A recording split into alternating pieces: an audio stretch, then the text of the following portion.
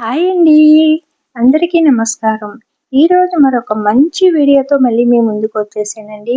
ఈరోజు మన వీడియోలో దాల్ ఫ్రైని ఈజీగా, టేస్టీగా ఏ విధంగా తయారు చేసుకోవాలి అనేది ఈరోజు మన వీడియోలో చూసేద్దాం.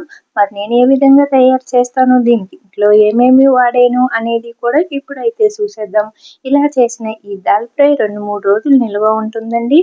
అలాగే మనము టేస్ట్ కూడా చాలా బాగుంటుందండి. చపాతీ, రైస్, రోటీలో దేంట్లోకైనా కూడా చాలా బాగుంటుంది.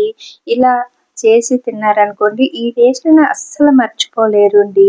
మరి ఈ టేస్టీ అయిన ఈ దాల్ ఫ్రైని నేను ఏ విధంగా తయారు చేసాను అనేది, దీనికి కావాల్సినవి ఏమిటి అనేది మన వీడియోలో చూసేద్దాం. మరి వీడియోని ఎక్కడ స్కిప్ చేయకుండా మరి చూసేయండి. అలాగే మన వీడియోని చూసిన వాళ్ళు ఈ వీడియో నచ్చితే లైక్ చేసి, షేర్ చేసి మన ఛానల్ని సబ్స్క్రైబ్ చేసుకోండి. అలాగే ఈ దాల్ ఫ్రైని ఒకసారి ట్రై చేసి చూడండి. మరి దీనికి కావాల్సినవి ఇప్పుడు చూసేద్దామా? ఇంకెందుకు ఆలస్యం, వీడియోలోకి వెళ్ళిపోదాం, వచ్చేయండి. ఇప్పుడు ముందుగా 1 కప్పు కందిపప్పుని ఇలాగా తీసుకోవాలి. ఇలా తీసుకున్న ఈ కందిపప్పుని ఇప్పుడు నేను కుక్కర్లో రెడీ చేసినాను కాబట్టి కుక్కర్ గిన్నె తీసుకుంటున్నానండి. మరి అదే మీరు గిన్నెలో ఉడికించుకునేటట్టయితే గిన్నెలో ఉడికించుకోండి. ఎవరు వీలుని బట్టి వాళ్ళు గిన్నె కానీ కుక్కర్లో కానీ ఇది తయారు చేసుకోవచ్చు. కుక్కర్లో అయితే కాస్త తొందరగా అవుతుంది కదండి. ఇలా నేను పప్పుని వేసుకుని 2 సార్లు శుభ్రంగా కడుక్కోవాలి. ఇలా 2 సార్లు కడుక్కున్న తర్వాత చూడండి, 1 కప్పు వాటర్ అయితే వేసుకుంటున్నాను. ఇలాగా కుక్కర్లో వేయించినప్పుడు మనకి వాటర్ తక్కువ పడుతుందండి. కాబట్టి 1 కప్పు వాటర్ వేసుకున్నానండి. పప్పు కూడా 1 కప్పు పప్పు కూడా వేసుకున్నాం కదండి. దీన్ని ఇలా కలిపి ఒకసారి ఇప్పుడు దీని టేస్ట్ కోసము చూడండి, ఇక్కడ వచ్చేసి నేను మామిడికాయ వేస్తున్నానండి. అలాగే టమాటా వేసేటట్టయితే మనము పప్పుని ఫ్రై చేసుకునేటప్పుడు వేసుకోవాలండి. ఇక్కడ వచ్చేసి మామిడికాయ కాబట్టి నేను పప్పుతో పాటు ఉడికించుకుంటున్నాను. ఈ మామిడికాయ చిన్నది అయినా కూడా మొత్తం వేయలేదండి. దాంట్లోని సగం ముక్క మాత్రమే ఇలా సన్నగా ముక్కల కింద కట్ చేసుకుని వేసుకున్నాను. అలాగే చిటికెడు పసుపు మాత్రమే వేసుకుంటున్నానండి. ఇప్పుడు మూత పెట్టేసుకుని విజిల్ పెట్టి స్టవ్ పై పెట్టి ఉడికించుకోవాలి. ఒక 3 విజిల్స్ వచ్చిన తర్వాత మనము స్టవ్ ఆపేసి ఆవిరిపోయిన తర్వాత మనము మీకైతే చూపిస్తానండి. ఆవిరిపోయిన తర్వాత మాత్రమే మూత తీయాలండి. ఎందుకంటే వేడిగా ఉన్నప్పుడు మనము మూత తీసామనుకోండి, ఆవిరి అనేది మన ముఖానికి కొట్టుతుంది. కాబట్టి ఈ టిప్ పాటించండి. కుక్కర్లో ఉండే వాళ్ళు ఆవిరిపోయేటంత వరకు వెయిట్ చేయండి. ఇలాగా చూడండి, ఒక 3 విజిల్స్ వచ్చిన తర్వాత మనము స్టవ్ ఆపేసుకొని పక్కన పెట్టేసుకుందామండి. ఈ పప్పుని ఇలా చేయడం వల్ల చాలా టేస్టీగా ఉంటుందండి. చూడండి, ఇప్పుడు మనకి ఆవిరిపోయిన తర్వాత మూత తీసి చూస్తే పప్పు అనేది పర్ఫెక్ట్గా ఉడికిపోయిందండి. దీన్ని మెదుపుకోవాల్సిన అవసరం కూడా లేదండి. ఇలాగే ఉండాలి. చూడండి, ఇక్కడ చూపిస్తున్న విధంగా దీన్ని మరీ మెత్తగా మెదుపుకోవాల్సిన అవసరం లేదండి. ఇలా ఉంటే సరిపోతుంది. ఇలా కాస్త కనిపిస్తూ ఉండాలి ఈ దాల్ ఫ్రై. ఇప్పుడు మనము దీన్ని ఫ్రై చేసుకుందామండి.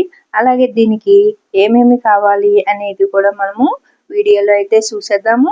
ఇక్కడ చూడండి, ఒక ప్లేట్లోకి ఒక మీడియం సైజు ఉల్లిపాయ, 2 కరివేపాకు రమ్మలు, అలాగే 4 పచ్చిమిర్చిని ఇలా గుండ్రంగా చిన్న ముక్కల కింద కట్ చేసుకోవాలండి. పచ్చిమిర్చి అనేది మనము ఇక్కడ వచ్చేసి మామిడికాయ వేసుకున్నాం కదండి. మామిడికాయకు బదులుగా టమాటా వేసుకునేటట్టయితే ఇప్పుడు మనము ఫ్రై చేసుకుంటున్నాం కదండి, ఇప్పుడు చేసుకోవాలన్నమాట. టమాటాని పప్పులో వేసి ఉడికించుకోకూడదు. ఈ టిప్స్ పాటించండి. మామిడికాయ అయితే మాత్రం ఉడకదు కాబట్టి మనం ముందే ఉడికించుకోవాలి పప్పుతో పాటు. ఇప్పుడు మనం ఒక కడాయిని పెట్టుకుని స్టవ్ ఆన్ చేసుకుని 2 టేబుల్ స్పూన్లు నూనె వేసుకోవాలి.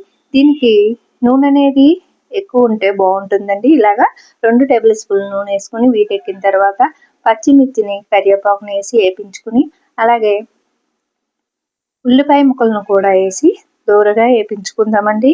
ఇలా ఉల్లిపాయ ముక్కలు వేపుతున్నప్పుడు 1 స్పూను అల్లం పేస్ట్ కూడా ఫ్రెష్ది వేసుకోండి. ఇలా ఫ్రెష్ అల్లం పేస్ట్ వేయడం వల్ల టేస్ట్ బాగుంటుంది. అలాగే పప్పు కూడా మరింత టేస్ట్ పెరుగుతుందండి అల్లం పేస్ట్ వేయడం వల్ల. ఇప్పుడు ఉల్లిపాయ ముక్కలతో పాటు అల్లం పేస్ట్ని కూడా దూరగా వేపించుకుంటూ, ఆల్రెడీ మనం పసుపు వేసుకున్నాం కదండి, ఈ చిన్న స్పూన్తో మళ్ళీ ఒక 1/2 స్పూను పసుపు వేసుకున్నానండి. ఇలా పసుపు వేసుకున్న తర్వాత ఈ ముక్కల్ని కలుపుకుంటూ దగ్గరికంతా అయ్యేటంత వరకు ఫ్రై చేసుకుందాము. ఇలా ఫ్రై చేయడం వల్ల మనకి పప్పు అనేది 2-3 రోజులు నిల్వ ఉంటుంది. టేస్ట్ కూడా బాగుంటుందండి. ఇలా కలుపుకుంటూ మనము సన్నని మంట మీద ఫ్రై చేసుకోవాలి. ఈ ఆనియన్స్ ముక్కలతో పాటు వెల్లుల్లి కూడా చక్కగా ఏగిపోయింది చూడండి. చూసారు కదా. ఇప్పుడు ఒక చిన్న స్పూన్తో కారము, ఆల్రెడీ మనం పచ్చిమిర్చి వేసుకున్నాం కాబట్టి ఒక చిన్న స్పూన్తో కారం వేసుకుంటే సరిపోతుంది. చూడండి, ఇలా కారం వేసి అంతా కలిసేటట్టు కలుపుకోవాలి. ఇలా కలుపుకున్న తర్వాత మనము ఇప్పుడు ముందుగా ఉడికించి పక్కన పెట్టుకున్న పప్పును వేసేసుకోవాలి. చూడండి, ఇక్కడ మీరు చూస్తున్నారు కదా, మీకు క్లియర్గా కనిపిస్తుంది కదండి. పప్పు అనేది ఎక్కడ కూడా మనము పప్పు అనేది మెదపలేదు. అలాగే ఇక్కడ మీకు కాస్త డిస్టర్బెన్స్ ఉంటుందండి, ఎందుకంటే క్లియర్గా కనిపిస్తలేదు అని అనుకోవద్దు. కరెంటు పోయింది మా ఇంట్లో, అందువల్ల ఇంకా ఈ వీడియోని రన్ చేయవలసి వస్తుందండి. మరి కరెంట్ ఎప్పుడు వస్తుందో తెలియదు కాబట్టి ఇప్పుడైతే మనము వీడియోలో చూసేద్దామండి. ఇప్పుడు పప్పును వేసుకున్న తర్వాత మనము సాల్ట్ వేయలేదు కదండి. ఇప్పుడు మనము రుచికి సరిపడా సాల్ట్ వేసుకోండి. సాల్ట్ అనేది మీరు తినేదాన్ని బట్టి ఇలా వేసుకోండి. నేనైతే ఒక స్పూన్ వేసుకుని అంతా కలిసేటట్టు కలుపుకుంటూ ఇది ఉల్లిపాయ ముక్కలతో పాటు ఫ్రై అవనివ్వాలి. పప్పును కూడా చూడండి, ఇలా కలుపుకుంటూ వేపించుకోవాలి. ఉల్లిపాయ ముక్కలలోని కారం, అల్లం పేస్టు ఇవన్నీ చక్కగా వేగినాయి కదా. అవన్నీ కూడా మనకి ఈ పప్పులో కలిసేటట్టు కలుపుకుంటూ దగ్గరికంట అయ్యేటంత వరకు ఉడికించుకోవాలి. చూడండి, నూనెలోని ఈ పోపు వేపించుకున్న తర్వాత మనము దగ్గరికి అయిన తర్వాత కిందకి దింపేసుకోవాలి. ఇప్పుడు మనము పోపు దినుసులు పెట్టుకుందాము. పోపు దినుసులు చూసేద్దాము.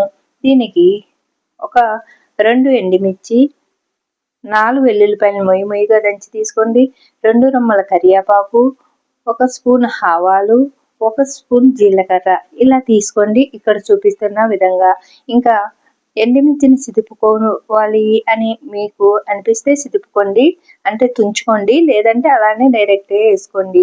ఇప్పుడు నేనైతే ఇవన్నీ ఇలా రెడీ చేసుకున్నాక ఒక కడాయిని తీసుకుని స్టవ్ పై పెట్టి స్టవ్ ఆన్ చేసుకుని 2 టేబుల్ స్పూన్లు నూనె వేసుకున్నాను.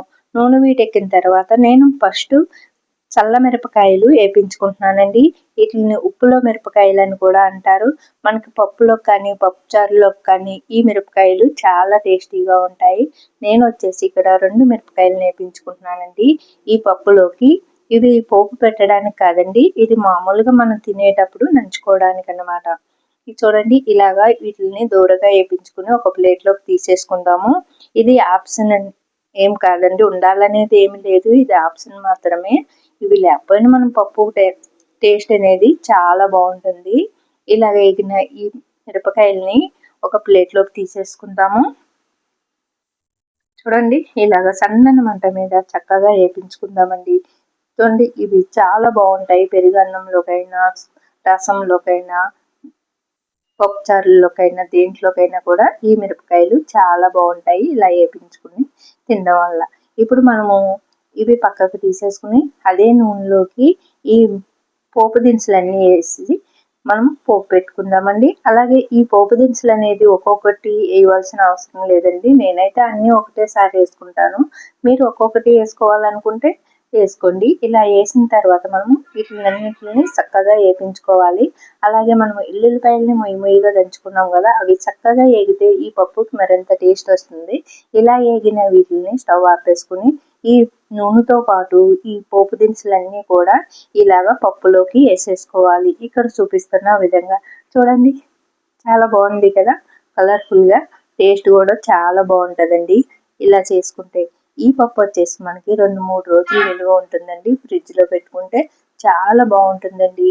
ఇంకా ఈ దాల్ ఫ్రైని మనము టమాటాకు బదులుగా మామిడికాయ వేసి చేసాం కదండి. మరి మీరు చూసారు కదా, మీకు నచ్చితే మీరు కూడా ఒకసారి ట్రై చేయండి. ఇప్పుడు మనకి దాల్ ఫ్రై రెడీ అయిపోయింది. చూడండి, ఈ పోపు దినుసులు అనేది అంతా కలిసేటట్టు కలుపుకుని మరి వేడి వేడి అన్నంలో ఈ దాల్ ఫ్రై వేసుకుని నెయ్యి వేసుకుని తింటే ఉంటుందండి ఆహా అనవలసిందే. చాలా టేస్టీగా ఉంటుందండి. మరి ఎప్పుడు వండే పప్పు ఇలా కాకుండా ఇలాగ ఒకసారి ట్రై చేసి చూడండి. నచ్చితే లైక్ చేసి షేర్ చేసి మన ఛానల్ని సబ్స్క్రైబ్ చేసుకోండి. అలాగే మరిన్ని వీడియోలు మీకు కావాలంటే మన కామెంట్ సెక్షన్లో కామెంట్ చేసి మీ ఫీడ్బ్యాక్ని అందించండి. మీకు నచ్చితే మరిన్ని కొత్త రెసిపీస్ కావాలని అడిగితే నేను చేయడానికి ట్రై చేస్తానండి. మరి మీ సపోర్ట్ని మన ఛానల్కి అందిస్తారని ఆశిస్తున్నాను. మరి మరిన్ని వీడియోలతో మీకు నచ్చే విధంగా తయారు చేసి పోస్ట్ చేయడానికి ట్రై చేస్తాను. మరి ఈ వీడియో మీకు నచ్చితే లైక్ చేసి షేర్ చేసి మన ఛానల్ని సబ్స్క్రైబ్ చేసుకుంటారు కదా ఫ్రెండ్స్.